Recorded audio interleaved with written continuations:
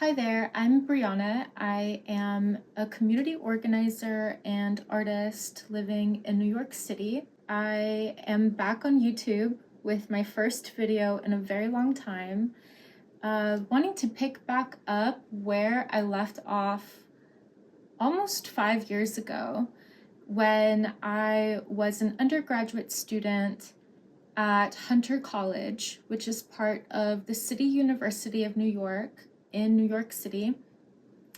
I had started making YouTube videos in my time there, in large part because I was so shocked at what I was seeing as an undergraduate in my school. And I was also a student that by that time was a little bit older and had some life experience, and I was starting to piece together that there was something going on my college campus and through the college administration that really didn't make a lot of sense, and it wasn't aligning with the values that I believe was sold to me through all of the marketing and PR that CUNY does in order to promote itself as this prestigious but practical institution that was essentially catering towards a working class student body. Many of us, myself and my peers, are first generation college students.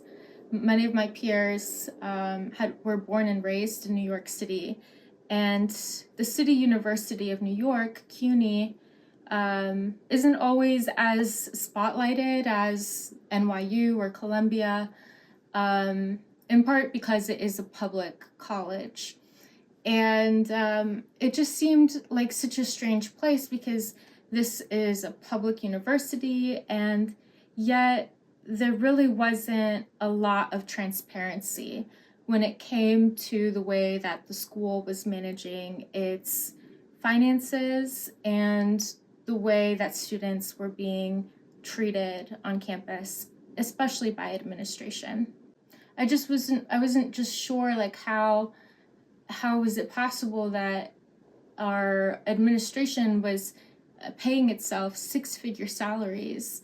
Meanwhile, the students were dealing with crumbling infrastructure. A lot of our equipment was outdated. There was a lot of disrepair and neglect. Our escalators and our elevators were always broken. And I felt neglected as a student as a result. And I was looking around and I just wanted to understand why. I feel like it's time to resurrect this account and just see who's here, who's out here, who wants to talk about what's going on. All of these schools across the country have really exposed themselves to be very disingenuous and not actually standing for education and the humanities or progress or innovation or upward mobility or any of these beacons that they tout in their marketing and promotional materials. And as soon as students last semester started to poke at their administrations all across the country and say, hey, what are you investing my tuition money in?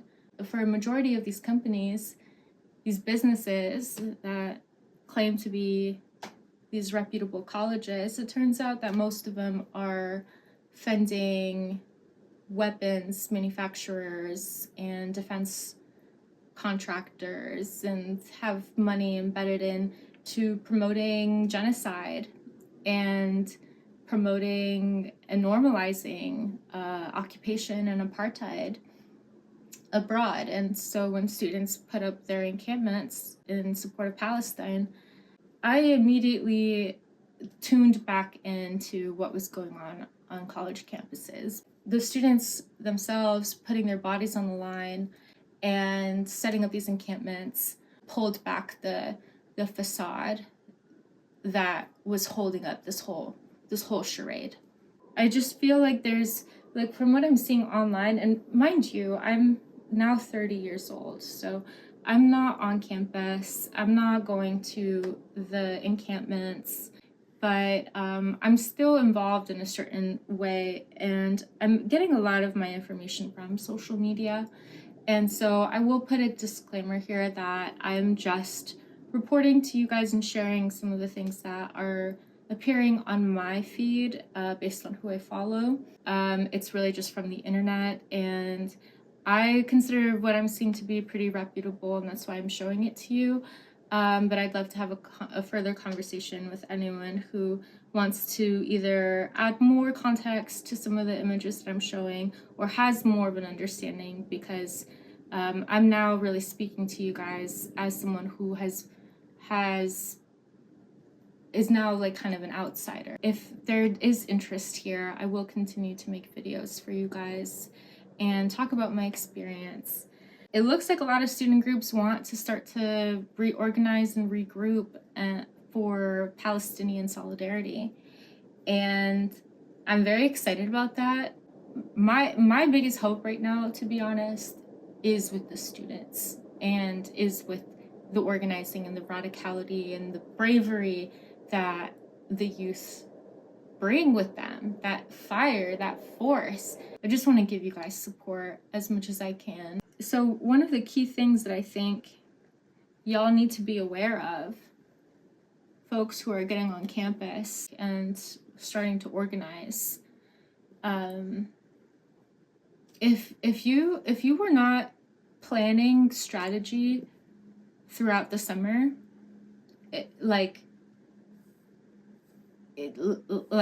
I'm a little worried for you. I'm worried for you because jumping into things now, and yes, while like this movement needs reactivity and spontaneity, it is no match for the conniving, manipulative, calculating, obsessive energy and attacks that the administration has planned for you.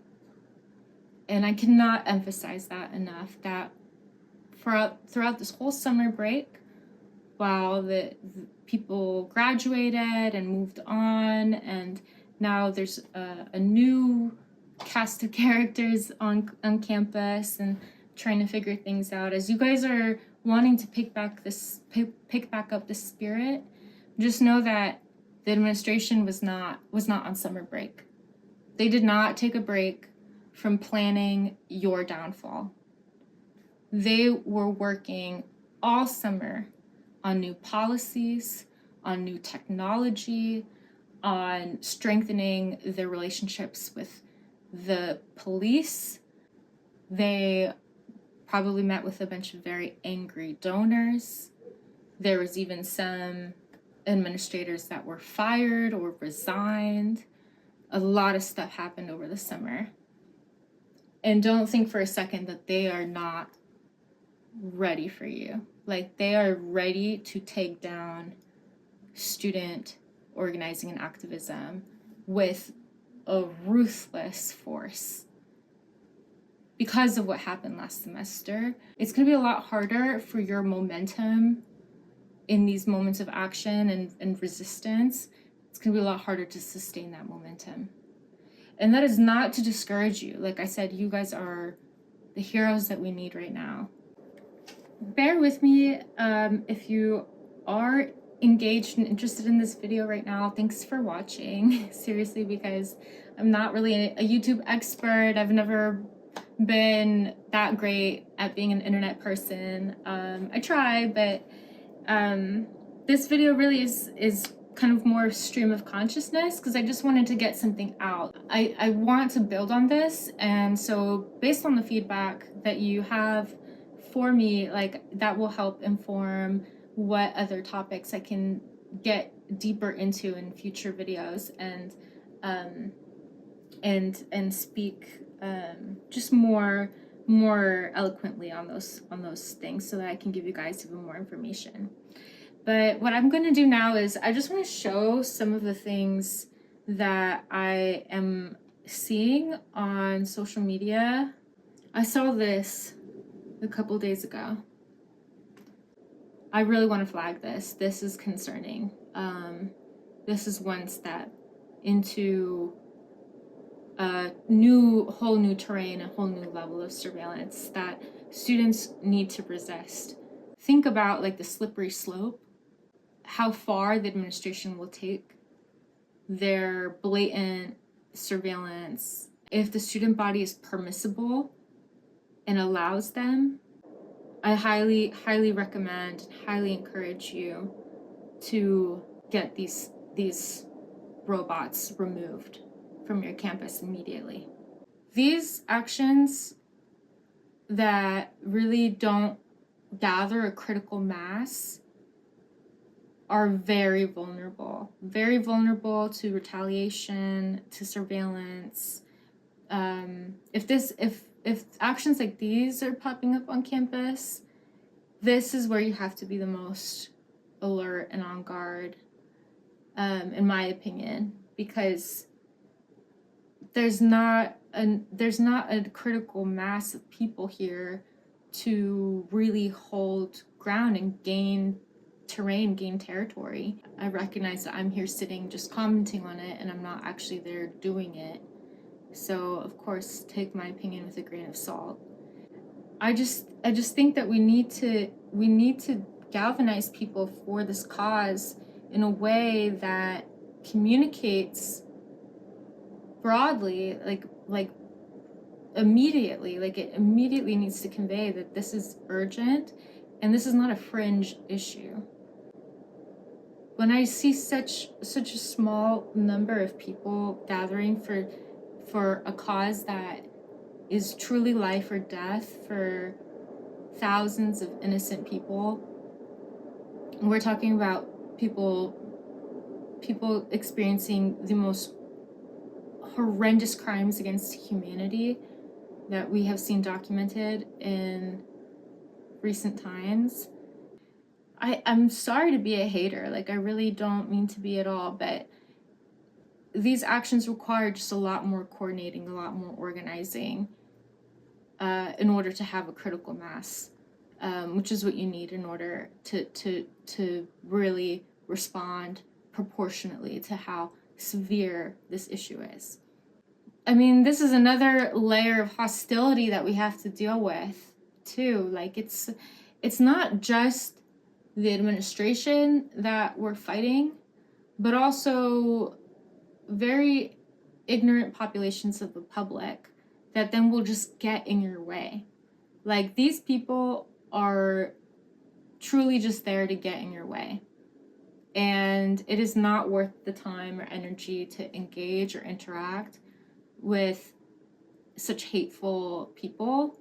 These individuals, they have no power when it comes to the system. Like they don't have like decision-making power on your campuses. They're standing outside. Don't lose sight that your targets are the administrators, the decision makers, the people that are sitting on tens of millions, if not hundreds of millions of dollars. Queens College, CUNY students should be aware that there is a course that hadn't been offered before, called The History of Modern Israel. And it essentially is entirely propaganda to hide Israel's war crimes and delegitimize Palestine. This is a really important form of activism in solidarity with the students and protesters that were targeted during the encampments last semester. There are people that have been singled out and need support at the courts. I actually went, and I'll include some video of what my experience was. It's a really good way to kind of keep tabs on how the administration's retaliation against students is playing out in real time. And also it helps ensure that these students ultimately end up as protected as possible.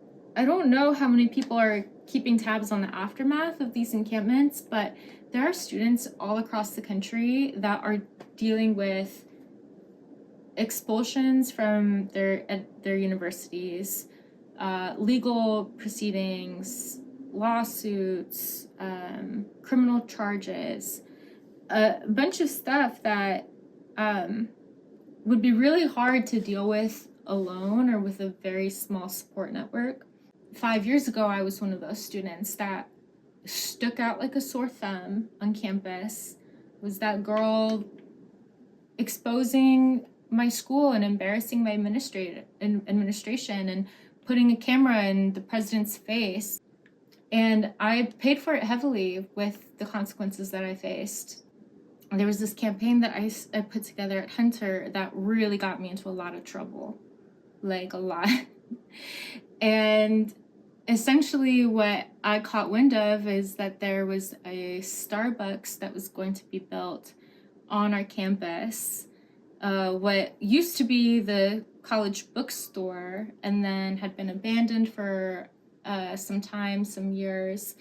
And as soon as the students gained access to this abandoned space, and we started to do something positive with it, I was part of a cohort of students that started to put together art exhibitions in this like storefront area at Hunter, and essentially we were pushed aside to make way for a Starbucks.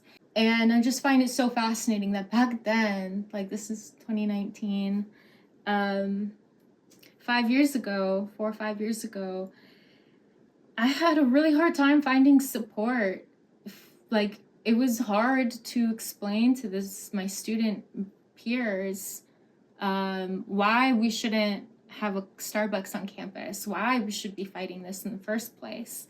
And mind you, I mean, Starbucks has never been an ethical company, ever. At the time, like, there wasn't this whole extra layer of Starbucks supporting genocide. The students did not fully come together as a critical mass to fight Starbucks and to say, no, like, we don't want Starbucks. We want to have more student space. We want this to just be our campus. Like, this is a public school. We pay to be here. Why are we giving them hundreds of square feet of our college property? And now in order for a student to even be in that space, they have to pay $7 for a coffee in order to even just sit and use their chairs. There could have been an alternative where there was no Starbucks at Hunter. And there still can be. The only way to really fight them is if you have enough support. And so that, I think, is like a really big factor. This organizing stuff, like it's really important to not approach it from an individualistic standpoint. And I say that as someone who was really kind of like a black sheep on campus and didn't really fit in with a lot of students and really had like my own agenda, to be honest. In the sense, like, that individuality didn't really help me. And as you organize for these like big causes that are so much bigger than us and like and will affect students for so many years, like, and just as the administration is adapting and changing their policies right now and making up all these new rules, it's really important to not lose sight of the fact that a lot of those rules are arbitrary and they're designed to suppress you. This is something to keep your eyes and ears on high alert to. Arbitrary rules that are being enforced. I was recording my YouTube videos in 2019 and 2020 after the administration kind of realized that it was actually making an impact and I was gaining confidence. I was emboldened to escalate my tactics and start filming things that I wasn't supposed to know about and start exposing things that embarrassed my administration and pointed signs of financial mismanagement. Immediately, the administration came out with a new rule on campus. I remember that it was like night and day. They arbitrarily decided that all recording on campus was banned.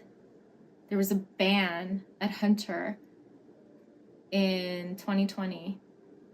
In 2019, I think it started like end of 2019, early 2020. There was a ban on filming or taking pictures on campus. You weren't allowed to take your phone. You weren't even allowed to take a selfie on campus. They will try to make rules that allow them to single individuals out. Like the best example I can give of that is how they banned recording on campus because I was making these videos. And I was just one single person who was using my phone, my personal phone, to go around and document things. The administration wants to have such an iron grip and wants the students to be so deeply subordinate that they had no tolerance for my expression, for my criticism. It's not that I was, this big threat that I had the New York Times in my back pocket or it was getting millions of views. Like, it wasn't anything like that. Like, I really didn't have a lot of reach for these videos. Like, there wasn't a big audience for them. Like I said, when I was organizing these protests against the Starbucks, there wasn't a critical mass there to rally behind these causes and even to take an interest in what I was doing. And even then, they couldn't let it slide. There was no tolerance. And because of my activism and because of how I was recording on campus, all of the students, 20,000 plus students that go to my school that are on my campus, were banned from using their own phones to record. The campus security would come and force you to delete it in front of them, or they would write you up or threaten you arbitrarily or just harass you. And it happened to me. It happened to me that I would be recording, and especially me, because I was the reason why they put this policy in place, I would get chased through the hallways by campus security because I was recording.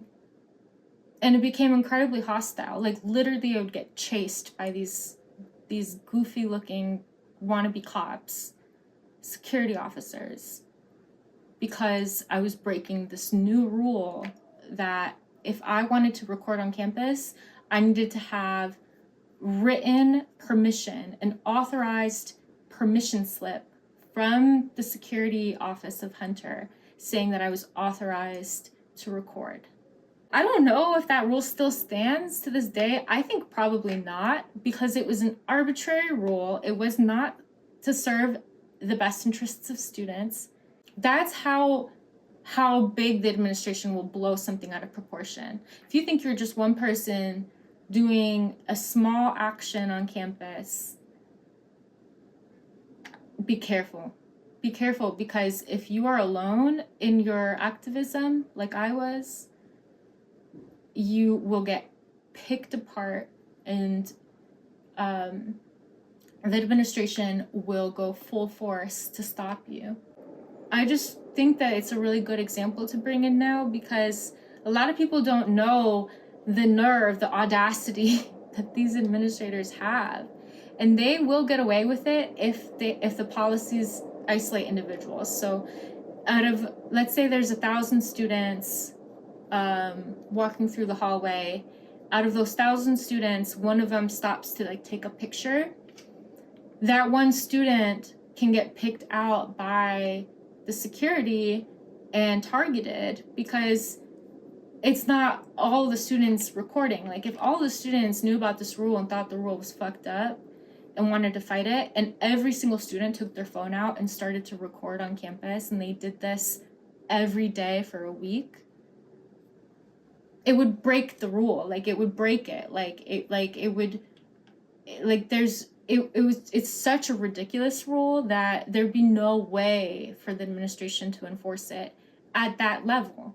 But if it's only one student recording or a couple students recording, it's very easy for the administration to bully that one person. It's just this strange bubble that you will be put into and thrown into, where you have no autonomy, where whatever these crazy lunatics say goes, and most of them are being paid hundreds of thousands of dollars, if not millions of dollars in their salaries to do this. The president of my school, when she was doing this this whole campaign to silence me in my videos, she was making $500,000 a year in her salary. This lady is making $500,000 a year, and she's filthy rich, and she's pressed about videos that I'm making, and and I'm not special for that. Like, they will do that to anybody who sticks out, anybody who has a voice, and anybody who is seen as a leader or that has some kind of conviction or a sense of justice. They will come after you. And it's really, and I just want to say that if that happens to you, or that happened to you last semester, and you are currently facing the negative consequences, and they will take away important things, but they can't destroy your character or your values or what you stand for. And I have moved on to do very fulfilling things, and I did not end up needing a college degree to have a good life and to continue to pursue a good life. And I just want to say that it's worth being brave in these moments. And going back, I would do a lot of things differently, but I would never take back being a voice and being an activist. And I would have taken it a lot more seriously back then if I had known what was at stake, what the consequences were, and what would happen to me. But I don't regret it. I feel good about what I did because it was the truth, and I spoke the truth, and I put the truth out there. Thank you to everyone who watched my videos and resonated with what I was sharing. Because I was putting it online, like, I wasn't really alone. A lot of people reached out to me because of those videos and shared their own stories of persecution on campus. And I know that more of these stories are going to come out as we see the crazy retaliation that will happen in the next semester. I'm back to making videos after 5 years. I will continue to talk about college. Thank you so much for listening, for your time, for coming back to my channel and hearing me out. It's kind of crazy to be back after so long, but I really felt like this was a really important time. This is a super critical time for student organizing on campus. And I would love to be a voice to support and to offer as much personal experience and share as much information as I can. Please stay tuned because we will continue to make videos about the things that happened to me, as well as relating it to what's going on currently on campuses across the country. So thank you so much for listening, and we'll be in touch.